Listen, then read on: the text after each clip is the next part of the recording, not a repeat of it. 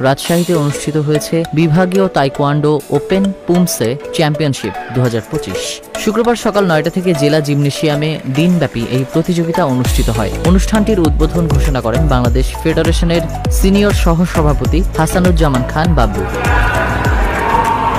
উৎসব মুখর পরিবেশে সকাল থেকে বিভিন্ন জেলা ও উপজেলা থেকে আসা প্রতিযোগীরা অংশ নেন। প্রতিযোগিতায় ক্ষুদে থেকে শুরু করে কিশোর কিশোরী এবং তরুণ খেলোয়াড়রা অংশগ্রহণ করেন। বাংলাদেশ তাইকোয়ান্ডো ফেডারেশনের পক্ষ থেকে জানানো হয়, এই ধরনের প্রতিযোগিতা তাইকোয়ান্ডো খেলাকে বাংলাদেশে আরও জনপ্রিয় করে তুলবে এবং নতুন প্রজন্মকে খেলাধুলায় উৎসাহিত করবে। আয়োজকরা জানান, রাজশাহী বিভাগের বিভিন্ন জেলার প্রতিযোগীদের অংশগ্রহণে চ্যাম্পিয়নশিপকে কেন্দ্র করে ক্রীড়াঙ্গনে ব্যাপক উৎসাহ উদ্দীপনার সৃষ্টি হয়েছে। সন্ধ্যায় প্রতিযোগিতায় বিজয়ীদের হাতে পুরস্কার তুলে দেন জেলা প্রশাসকের NDC সহ ক্রীড়াঙ্গনের ঊর্ধ্বতন কর্মকর্তারা। রাজশাহী প্রতিনিধি আজিজুল ইসলামের পাঠানো তথ্য ও ভিডিও চিত্রে ডেস্ক রিপোর্ট।